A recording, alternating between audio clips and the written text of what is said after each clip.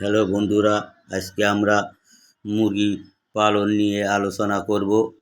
পর্যায়ক্রমে আমরা মুরগির বিভিন্ন রকম রোগ ব্যাধি, বিভিন্ন রকম সমস্যা হয়, আমরা স্টেপ বাই স্টেপ আপনাদের সাথে আলোচনা করব। আশা করি আপনারা আমার ভিডিওটি প্রতিনিয়ত দেখতে থাকবেন এবং সবাই সাবস্ক্রাইব করবেন, আমার চ্যানেল পেজটিকে ফলো দিবেন। আমার মুরগির বয়স আজ 18 দিন। 18 দিনে মুরগির অবস্থা দেখেন কেমন হয়েছে।